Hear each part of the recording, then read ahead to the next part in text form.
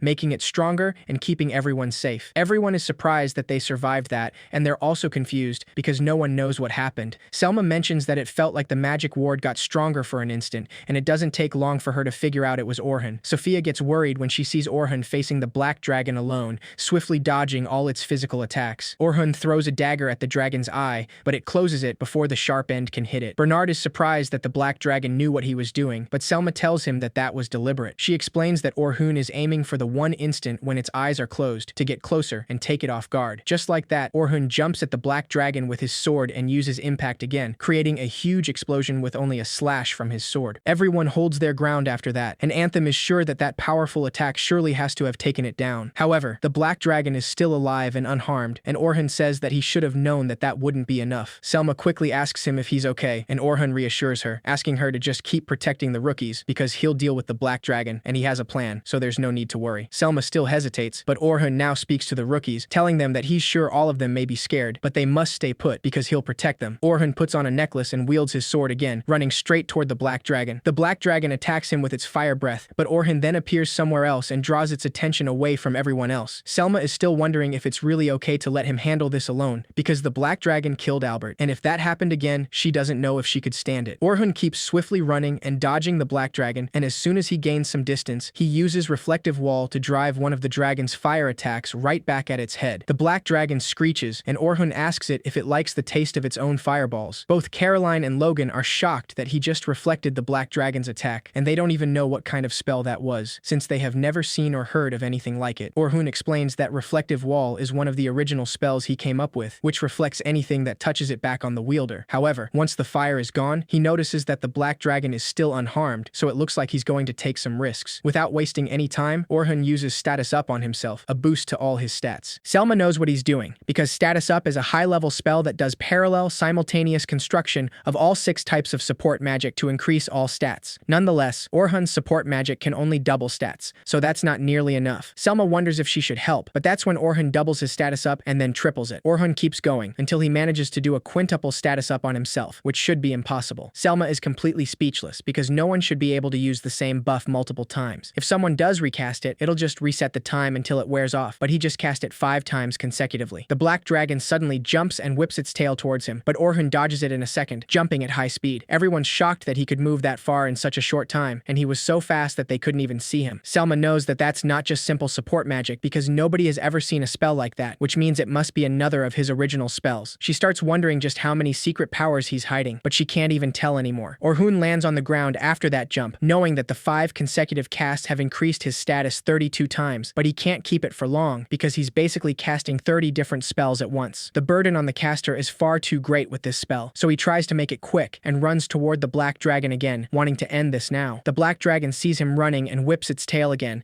but Orhun jumps just in time. However, the black dragon whips its tail in the air this time, which seems bad for everyone else. Orhun admits that that was a good move, but he uses an ability to make a stepping stone in midair, which allows him to dodge the attack. Logan wonders if that was magic too, but what Orhun did was not magic, but a special ability. Rarely, humans will have powers called special abilities, and they're another type of power, different from magic or sorcery, that gives them abilities they don't normally have. His ability is magical convergence, which allows him to gather magic into a single point and materialize it. He can also cause magic to propel him through the air, so it's an ability with a great many uses. Oliver has the same ability, but all he uses it for is attacks though. Orhun uses his magical convergence to propel himself through the air again, and he casts sharpness up and durable up on his sword to attack the black dragon. He uses impact right before the attack, and with that, he finally manages to harm the neck of the black dragon. The black dragon falls, and Caroline is surprised that Orhun managed to get through those thick scales. However, Orhun's body can barely keep up right now, and Selma is even more worried than before. It's clear that he's not okay, because normally, it's impossible to chain support magic like that, and he's also adding effects to his weapon. Also, he keeps using that original magic of his called impact, which makes her think that Orhun is really intending to defeat the black dragon on his own. Selma doesn't know what she can do in this situation, because even the strongest members of the Night Sky Silver Rabbits couldn't beat that thing together, so she wouldn't know what to do, even if she joined in alone. The black dragon uses its fire breath again, so Orhun quickly dodges it and jumps directly at its head to attack. As she sees him fighting, Selma wonders what this shaking feeling welling up inside her is, and she assumes that she's worried about Orhun. She soon discards the idea, knowing that it's something else, something that she doesn't understand, and that makes her brace herself in fear. Selma doesn't know what is happening to her, but she knows that she has to get a hold of herself. All she can do now is make sure Orhun can concentrate on the fight by protecting the new recruits here. The black dragon suddenly uses a different attack, and Orhun knows that it's bad, so he quickly runs away and tries to dodge all the consecutive blasts directed at him. He disappears from everyone's sight for an instant, and Sophia immediately panics, thinking that he got hit. In a sudden change of scene, we see Orhun's past, when he was only a little kid, having fun with his friends in a lively town. Everything seemed to be peaceful and happy back then, but one day, when Orhun and Oliver were still young, they found their hometown completely destroyed. While they were training, bandits attacked the village and ended the lives of many, getting rid of everything they once knew. There was nothing they could do but cry unconsolably, knowing that they wouldn't get their lives back. They only had each other, and they made sure to dig graves for everyone in town. That's when Oliver decided that he would get stronger, so nobody can steal from him ever again. Orhun decided to do the same, saying that he would get stronger, so no matter what horrible things happen, he wouldn't lose anything. He promised that he would be strong enough to protect what he cares about, and now, back to the present time, he remembers that promise. He swore that he'd become an adventurer and seek knowledge and power, so the horrors of this world couldn't grind him down. What he needs to do to protect everyone now is to drive away the horror in front of him, and there's nothing hard about it at all, because he just needs to defeat the enemy in front of him. Sophia is glad to see that he's okay, and Logan tells her that he knew that he wouldn't go down that easy. Selma analyzes the last attack the black dragon used, saying that when it turns that purple mist into a weapon and fires it, that's the black dragon's strongest spell. It has slain so many adventurers that it's practically fear itself, so she wonders how Orhun will fight it. Orhun stands his ground and thinks, knowing that that attack is probably like his magical convergence, and it uses the magical power in the vicinity. The black dragon transforms it in many different ways, making it impossible to attack from all directions. However, when he beat it last time, it had a lot more different types, which means the black dragon isn't serious yet, and it's underestimating him. Orhun decides to run straight towards the dragon again, rapidly dodging all the multiple attacks. He then casts a fire bullet and aims it at the black dragon's head, taking the opportunity to get closer and attack with his sword. However, this time, the scales of the black dragon are even tougher, and he's surrounded by that dangerous purple mist. Orhun thinks fast and uses his sword to block all the blows at once, creating an explosion that pushes him back. The black dragon is really persistent, so it sends another wave of that purple mist at him. Orhun quickly casts a rock wall, noticing that the black dragon has changed its attack pattern, and it's much faster too. The black dragon suddenly launches an attack from Orhun's blind spot, making it impossible for him to dodge. Luckily, Orhun set a reflective wall there just in case, and it reflected the attack away from him, keeping him safe. The black dragon continues with its multiple attacks, and the kids can only observe everything from the distance, speechless at the incredible fight. Bernard is just as shocked as them, because Orhun is truly keeping up with the black dragon,